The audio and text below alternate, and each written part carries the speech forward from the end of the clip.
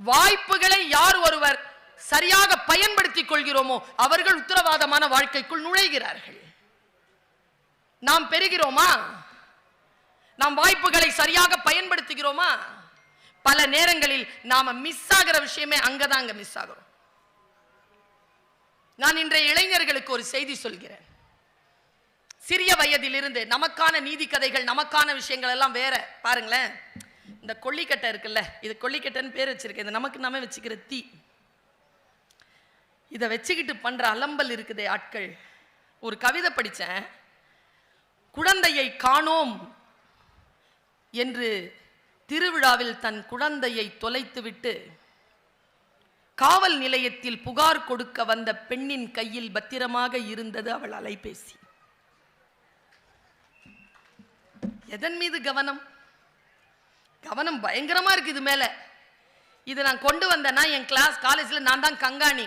பிடிச்சி வச்சுக்குவேன். 500 ரூபா. யாரும் திருப்பி வந்து வாங்க மாட்டாங்க.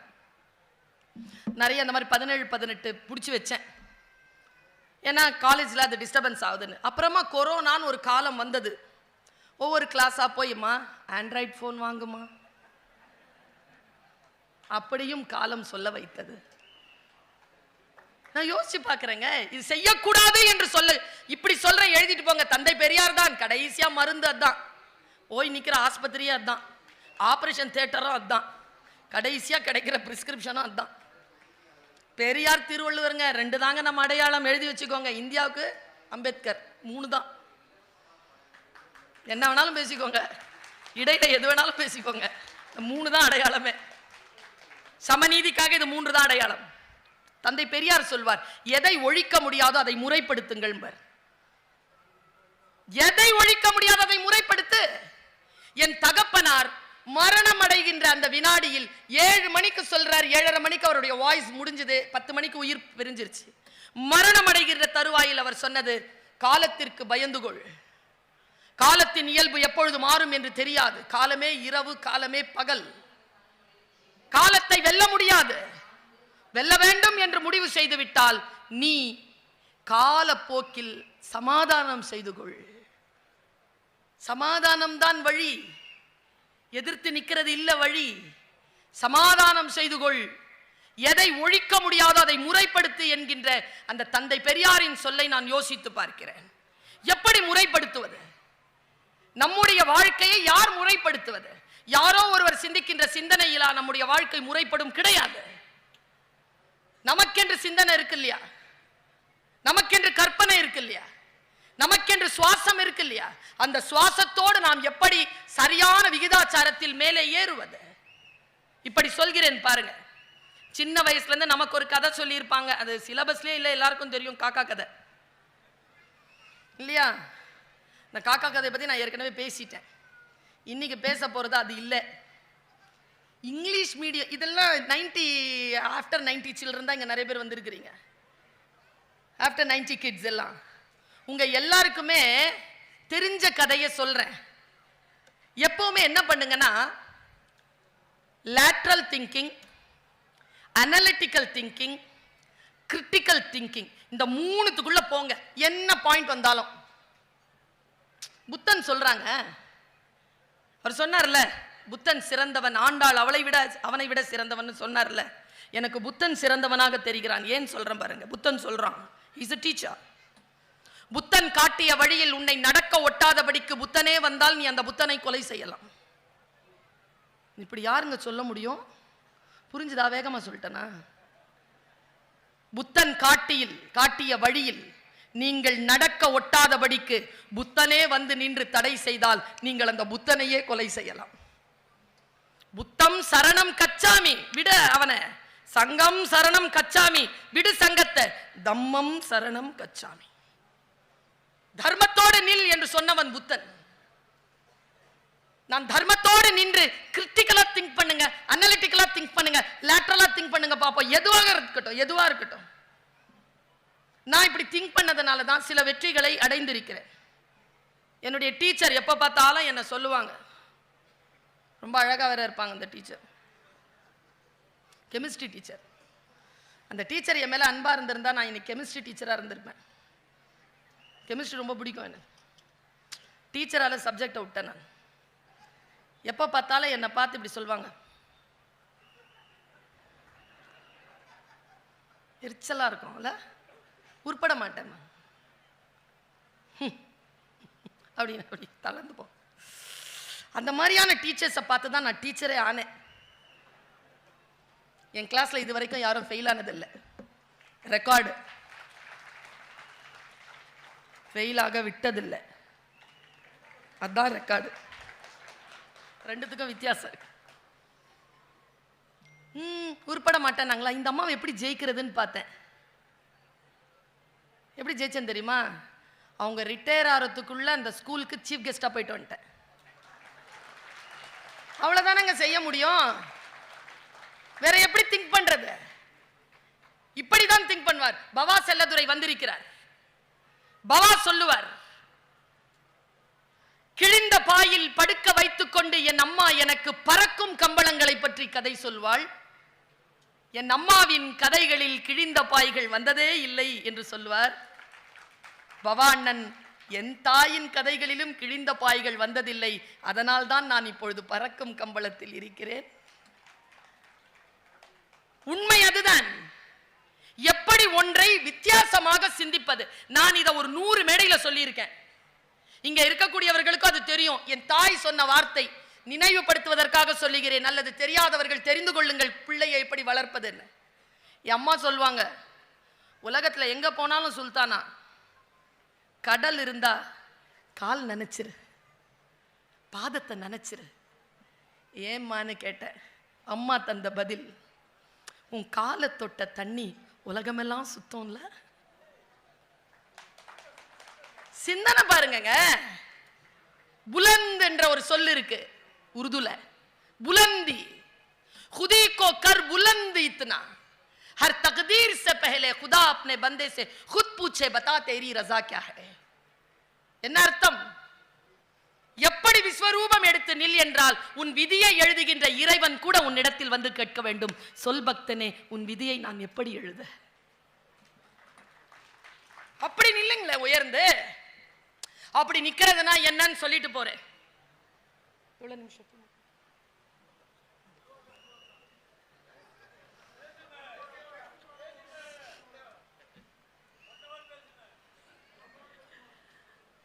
இந்த இங்கிலீஷ் மீடியம் குழந்தைகளுக்கு ஒரு கதை இருக்கு.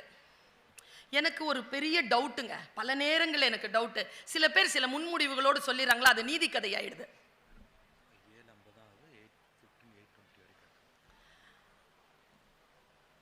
சில கற்பிதங்களை சொல்லி கொடுத்துட்றாங்க. அதில் மாதிரி ஒரு கற்பிதம் தான் ஆம பூந்த வீடும் ஆமினா. எனக்கு ஒரு பயங்க, யாருங்க இந்த ஆமினா, நம்ம வீட்டு பிள்ளை பேரா இருக்குது, அது போய் எந்த வீட்டில் போய் நுழைஞ்சு கேட்டுச்சுன்னு சொல்லிட்டு நான் பாட்டுக்கு தேடுப்பேன்னா அது ஆமினா கிடையாது, அமீனா. அது ஏதோ நீதிமன்றத்திலேருந்து வீட்டிலேருந்து என்கரேஜ் பண்ணியிருக்கிறவங்களை தூக்கி வெளியில் போடுறவங்களுக்கான பேரா அது. அதுக்கு அந்த மாதிரி பொம்பளை பிள்ளை பேரையா வைப்பாங்க? அதே மாதிரி இந்த ஆமை பாவங்க. இந்த ஆமை, நான் ஹாங்காங் போயிருந்தபோது மக்காவு போறேன். ஆமை அந்த வீட்டுக்குள்ள வாசல்ல நின்று வான்னு உள்ள கூப்பிடுறாங்க. நம்ம வீட்டுல அது வரக்கூடாதுன்னு சொல்றாங்க. இது வரைக்கும் நான் இங்க எல்லாருக்கிட்டையும் கேட்கிறேன், எல்லாருக்கும் தெரியும்ல இந்த பழமொழி, ஆமை இந்த வீடு குழங்காதுன்னு. உங்க வீட்டுக்கு என்னைக்காவது ஆமை வந்திருக்கா?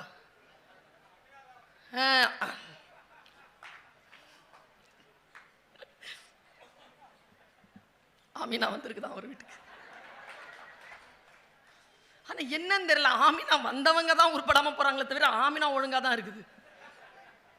யோசிச்சு பாக்குறேன், இந்த ஆமை இருக்குல்ல, உண்மையிலேங்க சூப்பர் மேட்டருங்க. ஆமை வீட்டுக்கு வராதன்னு சொல்றதும் அதுக்கு தெரியாது, வீட்டுக்கு வான்னு சொல்றதும் அதுக்கு தெரியாது. அப்படிதானே?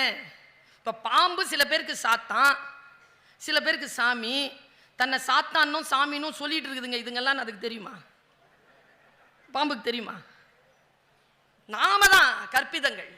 நம் கற்பிதங்களுக்கு மேல் நாம் ஏறிக்கொண்டு அடுத்த தலைமுறைக்கும் அதை கட்டமைத்துக் கொண்டே தருகிறோம்.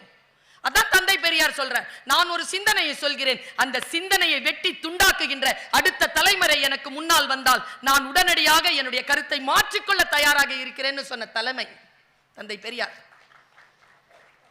அதானங்க தமிழர்களுடைய பண்பாடு. அப்பன் தோண்டிய கிணறு என்பதற்காக உப்பு தண்ணீரை குடிப்பதில்லை நாம். ஏன் எதற்கு என்று கேட்பதனால் தான் இவ்வளவு பெரிய அரங்கிலே சிந்தனை பூர்வமாக இந்த சொற்போர் நடந்து கொண்டிருக்கிறது. கருத்துக்களுக்கு இடம் உண்டு இந்த தேசத்தில். பாருங்க, அந்த ஆமையை பத்தி தெரிஞ்சுக்கிட்டா, ஆமை 600 வருஷம் வாழுதுங்க. நாமெல்லாம் 80-85 தான். அது 600 வருஷம், 5 தலைமுறை பார்க்குது. பிரமாதமான விஷயம்.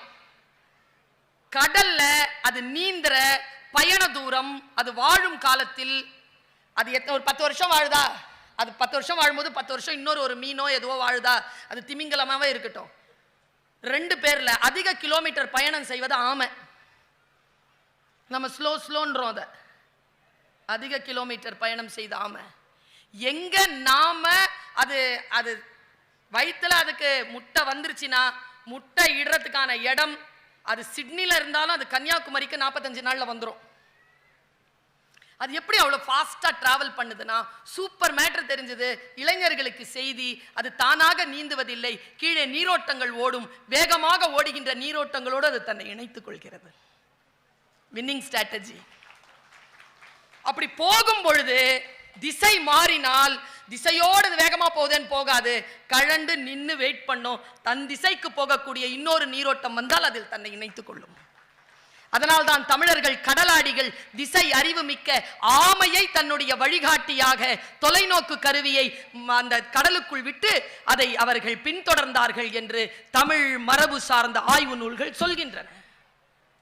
இவ்வளவு விஷயம் இருக்கே. இப்ப இந்த நாம கற்பிதங்களால் நிறைக்க வைக்கப்பட்டிருக்கிறோம். கள்ளனை நம்பினாலும் குள்ளனை நம்ப கூடாது. ஏன் நம்ப கூடாது? என் உயரமா இருக்கிறவன் எல்லாம் நல்லவனா? எங்க அம்மா கேட்டுச்சு, 6 மணிக்கு மேல வாசல்ல நிக்காத, நின்னா கன்னத்துல பரு வரும். ஏன் குர்காவுக்கு வர்றதில்லை? ஏன் என்ற கேள்வி கேட்காமல் வாழ்க்கை இல்லை. சாதனையாளர்கள் ஏன் என்ற கேள்வி கேட்கிறார்கள். கல்வியாளர் நான் சொல்லுகிறேன், குழந்தைகளே, இளைஞர்களே, பெண்களே, பதில் சொல்வதற்கு பெயர் அல்ல கல்வி, கேள்வி கேட்பதற்கு பெயர் தான் கல்வி. Rice questions. ஏன் இப்படி இருக்கு, ஏன் இப்படி இருக்க கூடாது? பேண்டமிக், பியூபானிக் பேண்டமிக்ல ஏன் இப்படி இருக்க கூடாதுன்னு கேட்டான் ஐசக் நியூட்டன். அவன் கண்டுபிடிச்சதுதான் கிராவிட்டி லா. அதான் அந்த பியூபானிக் பேண்டமிக்ல குவாரண்டைன் அவன் இருக்கும் பொழுது கண்டுபிடித்த லா, ஃபார்முலா. எதையும் அடுத்த பக்கத்துக்கு பாருங்க. இப்படி சொல்லிவிட்டு போகிறேன். Not to read in between lines, not to read in between words. Korravai எழுதிய ஜெயமோகன் தன் முன்னுரையில் எழுதுவார், இளங்கோவடிகள் சிலப்பதிகாரத்தை எழுதுகின்ற பொழுது அவர் மௌனித்த இடங்களில் இருந்து நான் இந்த நாவலை எழுதியிருக்கிறேன். Silence speaks more. மௌனம் சம்மதம் மட்டுமல்ல, மௌனம் ரௌத்ரம், மௌனம் பேரன்பு, மௌனம் பெருங்கருணை, மௌனம் பெரும் ஆபத்து, மௌனம் கொலை கருவி. மௌனத்திற்கு இவ்வளவு அர்த்தம் உண்டு. எவனோ ஒருத்தன் சொல்லிட்டு போயிட்டான் மௌனம் சம்மதம்னு. யார் சொன்னது மௌனம் சம்மதம்?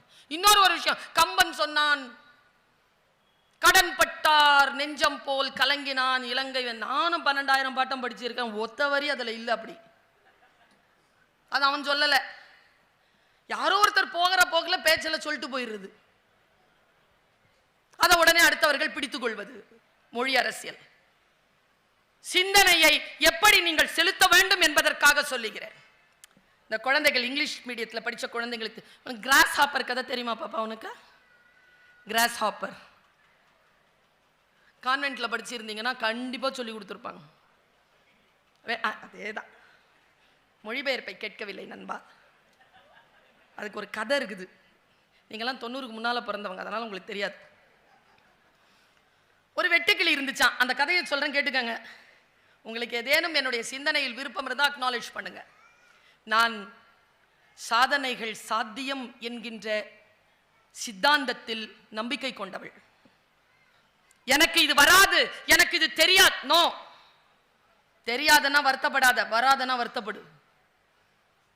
வராதுன்னு ஒண்ணும் கிடையாது இந்த உலகத்துல. தெரியாதுன்னு 1000 விஷயங்கள் இருக்கு. எனக்கு தான் லாரி ஓட்ட தெரியாது, வராதுன்னு சொல்லுங்களேன், 2 நாள்ல கத்துக்குவேன். அதெல்லாம் கிடையாது. தெரியாது, தெரியாத எவ்வளவோ விஷயம் இருக்கும். கொழுக்கட்டை செய்ய தெரியாது, என்ன பண்றது? கத்துக்கலாம்ல, கத்துக்கலாங்க. வராதுன்ற ஒரு விஷயம் இந்த உலகத்துல கிடையாது. பாருங்க, ஒரு வெட்டுக்கிளி இருந்துச்சு. இதோட நிறுத்துறாங்க கதையை. நான் அதை கதையை ப்ரொலாங் பண்றேன், காக்கா கதை மாதிரி ப்ரொலாங் பண்றேன். எப்படி பாருங்க, ஒரு வெட்டுக்கிளி இருந்துச்சு. அது ஏதோ ஒரு மியூசிக் வாசிக்கும், போகும், இலையை சாப்பிட, மறுபடியும் அந்த மியூசிக் வாசி, இப்படியே இருந்துட்டே இருந்தது. மழை காலம் வந்துருச்சு. அதுக்கு இலையை சாப்பிட முடியல, பசி நடுங்கிட்டு வெறும் வாசிக்கிட்டே இருக்குது. என்ன பண்றதுன்னு தெரியல. அதனுடைய ஃப்ரெண்டு ஒன்று எறும்பு. அந்த எறும்பு கிட்ட போய் கேட்டுச்சு. இது வந்து இங்கிலீஷ் கதை. எறும்பு கிட்ட போய் கேட்டுச்சு, எனக்கு ரொம்ப பசிக்குது, எனக்கு ஏதாவது சாப்பாடு கொடு. என்ன பண்ணிட்டு இருந்த இவ்வளோ நேரமா? எதையும் சேர்த்து வைக்கலையா? இல்லை. சேர்த்து வைக்கிற நேரத்தில் என்ன பண்ணிட்டு இருந்த? நான் ஒன்றும் சேர்த்து வைக்கல. இந்த வாசிச்சுட்டு இருந்தியா, கொடு அந்த மரியாதையான அந்த இசைக்கருவியை கொடு. உனக்கு சரியா வளர்க்கல உன்னை. சரி, கியூல நில்லு, என் கூட நின்னு வா, என் கூட. எங்க? தோ அங்க இருக்குது வயல். அங்கிருந்து போய் நிறைய அரிசி கொண்டு வருவோம். 100 அரிசியாவது ஒவ்வொரு தரம் கொண்டு வருவோம். கொண்டு வந்தா 10 அரிசி ராணி தருவா. டெய்லி 10 அரிசி சாப்பிடலாம் நாம. ஓகே, 10 நாள் வேலை செய்துங்க. யாரு? நம்ம வெட்டுக்கிளி. அந்த வெட்டுக்கிளிக்கு அது பழகி போனது. உழைப்பு என்றால் என்ன என்று தெரிந்து கொண்டது என்று கதையை முடித்தார்கள். பர்வீன் சுல்தான் கதையை அங்கிருந்து தொடங்குகிறேன். வெட்டுக்கிளி யோசிக்குது, டெய்லி இந்த மாதிரி கியூ கட்டி போய் 100 சம்பாரிச்சு 10 திங்கனா நான் எறும்பால்ல பிறந்திருக்கணும். நான் ஏன் வெட்டுக்கிளியா பிறந்தேன்? எனக்கு எதுக்கு கிட்டார் வாசிக்க தெரியணும்? அப்போ நான் வேற எதுக்காக பிறந்திருக்கேன்? இது எனக்கு பிடிக்கல. பிடிக்காத விஷயத்த நான் பண்ண மாட்டேன். பசியால சாவேனே தவிர பிடிக்காத விஷயத்தை செய்யவே மாட்டேன். நேரா போய் எறும்பு இங்க வா. என்ன? நான் போறேன். ஏன்? எனக்கு பிடிக்கல. பிடிக்கலையா? பசிச்சா செத்து போய், செத்து போனா போறேன். மரியாதையா என் கிட்டாரை கொடு, போயிடு. இனிமேல் வந்த பிச்சை எடுத்துக்கிட்டு சாவடிச்சிடும், போயிடு. மூஞ்சிய கூட பார்க்க மாட்டேன், போ. நேராக போய் மரத்து மேலே உட்காந்துக்குச்சு. இப்போ நான் தான் அந்த வெட்டுக்கிளி. வாசிக்குது, வாசிக்குது, பசிக்குது, போய் ஒரு இலையை சாப்பிடுது, வாசிக்குது, சோகமாக வாசிக்குது. திடீர்னு யோசிக்குது, சந்தோஷமாக தானே இருக்கும், விடுதலையை வந்துட்டோமே. வேகமாக வாசிக்குது, வேகமாக வாசி. கீழே பார்த்தா அந்த எறும்புகள் போயிட்டு இருக்கு. ஐயோ, 10 நாளைக்கு முன்னால் இப்படி தான் நானும் போயிட்டு இருந்தேன் அப்படின்னு அதை பார்த்துட்டு வாசிச்சுட்டே இருக்குதா. திடீர்னு நின்று பார்த்துச்சா, எறும்பு ஸ்லோவாக போகுது. எதுக்கு ஸ்லோவாக போகுது? மறுபடியும் வாசிக்குது, ஃபாஸ்ட்டாக போகுது. வாசிக்கிறத நிறுத்துது, ஸ்லோவாக போகுது. சூப்பரு. கீழே இறங்கி வந்து ஒரு எறும்பை கூப்பிட்டுச்சு. நான் நல்லா வாசிக்கிறேன்னா, நான் தான் வாசிச்சுட்டு இருந்தேன். சூப்பராக வாசிக்கிறேன். நான் வாசிச்சா என்ன நடக்குது? உற்சாகமாக இருக்கு. அப்படியா? எவ்வளோ சம்பாதிக்கிற ஒரு நாளைக்கு? 10. எனக்கு 1 தரியா, உனக்காக வாசிக்கிறேன். ஓ எஸ், ஒன்றும் பிரச்சனையே இல்லை, தரேன். என்னுடைய உடல் உழைப்புக்கு என் களைப்பு நீங்குவதற்காக நீ பாடினால், நீ வந்து இசைக்கருவி இசைத்தால் அதுக்கு 1 ரூபாய் கூலி தானே, தரேன் அப்படின்னுச்சு. அந்த மாதிரி 10,000 எறும்போடு பேச்சுவார்த்தையை முடித்தது வெட்டுக்கிளி.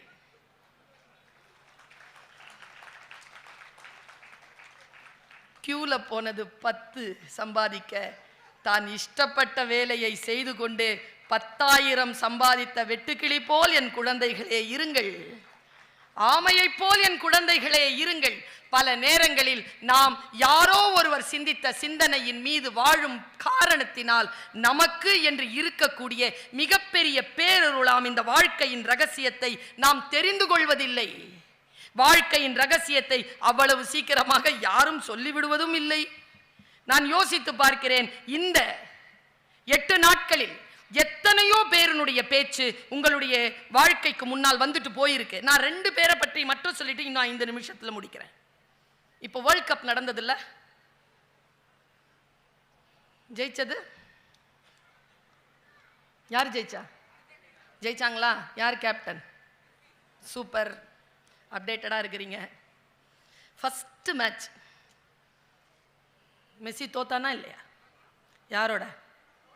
சவுதி அரேபியாவோட. சவுதி அரேபியாவுக்கும் கால்பந்துக்கும் தொடர்பே இல்லை. கேவலமா தோத்தாங்க. எல்லாரும் மெஸ்ஸி என்ன சொன்னாங்க? Who is Messi, who is Messi, who is மெஸ்ஸின்னு கேட்டாங்களா? முதலில் உலகம் உன்னை தோற்கடிக்கும். மெஸ்ஸிக்கு தோல்வி ஒன்றும் புதுசு இல்ல. 4 வேர்ல்ட் கப்ல தோத்துருக்கான். ஆனாலும் மெஸ்ஸியை நான் பாராட்டுகிறேன். தோற்றாலும் அந்த ஜெயிக்கிறேங்கிற அந்த ஒரு கப் இருக்குல்ல, அதை எட்டுவது வரைக்கும் நான் ஓய மாட்டேன் என்று சொல்லுகின்ற மெஸ்ஸி நம் எல்லோருக்கும் ஒரு நல்ல எடுத்துக்காட்டு. ஜெயிச்சாங்க. அவன் கடைசியா அவன் முத்தமிட்டுக்கிட்டு இருக்கிற அந்த வேர்ல்ட் கப்பை அவன் தான் போட்டான் எல்லா கோலையும். முத்தமிட்டுக்கிட்டு இருக்கிற இந்த பெனால்டி ரவுண்ட்ல அவன் பண்ண விஷயங்கள், அந்த வேர்ல்ட் கப் அவன் முத்தமிட்ட அந்த போட்டோ தான் இன்ஸ்டாகிராம்ல ரொம்ப ஃபேமஸ். அவன் எத்தனையோ வேர்ல்ட் கப்ல அவன் தி பெஸ்ட் பிளேயர் அவார்டு வாங்கியிருக்கான். ஆனால் தன் நாடு ஜெயித்த பொழுது அவன் அடைந்த சந்தோஷத்தின் எல்லை எப்படி தெரியுமா காட்டினாங்க? அவன் அந்த கப்பை வச்சுக்கிட்டு தூங்கிட்டாங்க பெட்ல.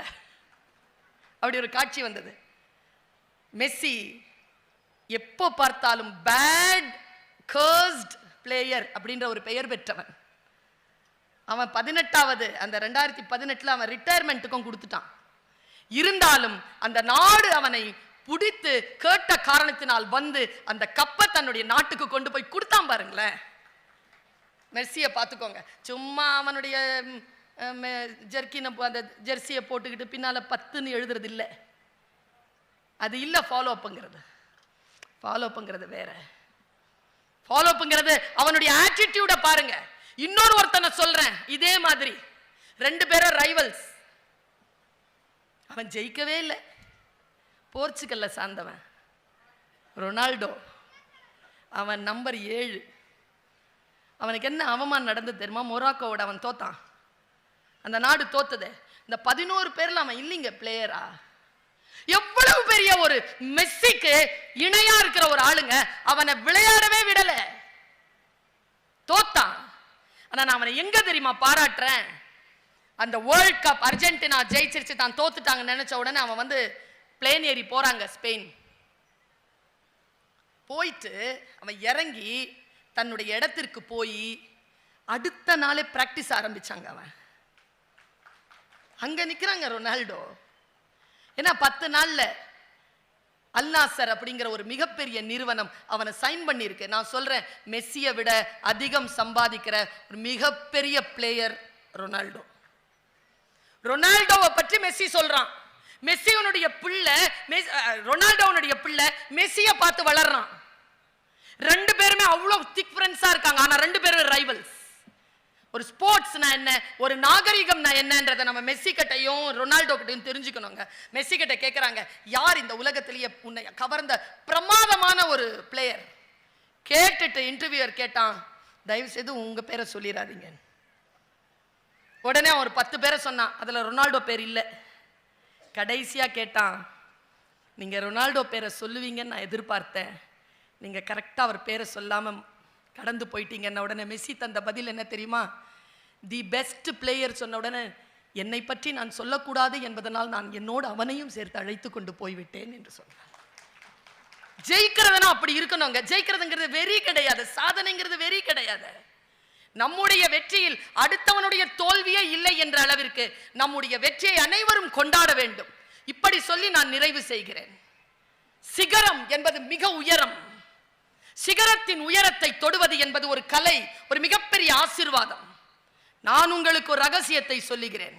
சிகரம் தொட்ட மனிதர்கள் யார் தெரியுமா? யாரோ ஒருவர் தொட்ட சிகரத்தை தொட்டவர்கள் இல்லை. சிகரம் தொட்ட மனிதர்கள் தன் உயரத்தின் எல்லையை தொட்டவர்கள் தான் சிகரத்தை தொட்டவர்கள். வாருங்கள், நம் உயரத்தின் எல்லையை தொடுவோம்.